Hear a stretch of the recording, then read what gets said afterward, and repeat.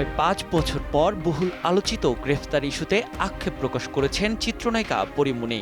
সামাজিক মাধ্যমে দেয়া এক দীর্ঘ স্ট্যাটাসে নায়িকা দাবি করেন ২০২১ সালের ৪ আগস্ট বনানীর বাসায় র্যাবের অভিযান শেষে তাকে সম্পূর্ণ বেআইনিভাবে এবং বিশেষ মহলের স্বার্থে গ্রেফতার করা হয়েছিল।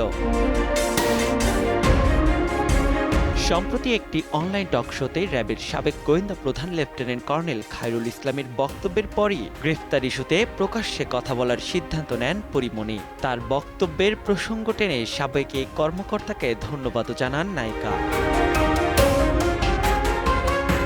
দীর্ঘ স্ট্যাটাসে পরীমনি জানান, গ্রেপ্তারের পর তাকে একটি মিথ্যা ও বানোয়াট মামলায় জড়ানো হয়। ফলে ৭ দিনের রিমান্ড এবং টানা ২০ দিন কারাগারে থাকতে হয়েছে তাকে। সেই ঘটনার প্রভাব আজও তার ব্যক্তিগত, সামাজিক ও পেশাগত জীবনে রয়ে গেছে বলে স্পষ্ট করেন নায়িকা। শুধু তাই নয়, নিজের সম্মান, মানসিক শান্তি এবং জীবনের গুরুত্বপূর্ণ সময় হারানোর কথাও তুলে ধরেছেন অভিনেত্রী। আদালত যদি তাকে অব্যাহতিও দেন, তবে কি তার হারানো সম্মান, মানসিক শান্তি কখনো ফিরে পাবেন? রাষ্ট্রের উদ্দেশ্যে প্রশ্ন ছুড়ে দিয়ে জানতে চান পরীমনি।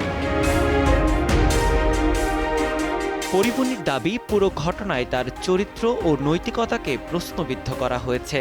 ভবিষ্যতে যেন কোনো নির্দোষ ব্যক্তি এমন অভিজ্ঞতার শিকার না হন, সেই প্রত্যাশাও ব্যক্ত করেন তিনি।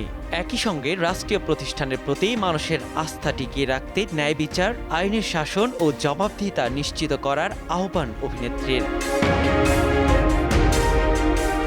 সবশেষে কঠিন সময়ে পাশে থাকা পরিবার, সহকর্মী, বন্ধু, সাংবাদিক এবং ভক্তদের প্রতি কৃতজ্ঞতা প্রকাশ করেন পরীমনি। স্পষ্ট করে জানান, অতীতের ক্ষত নিয়ে নয়, বরং কাজ, সন্তান, পরিবার ও দর্শকের ভালোবাসা নিয়েই সামনে এগিয়ে যেতে চান তিনি। নিয়াদ শুভ, সময় সংবাদ, ঢাকা।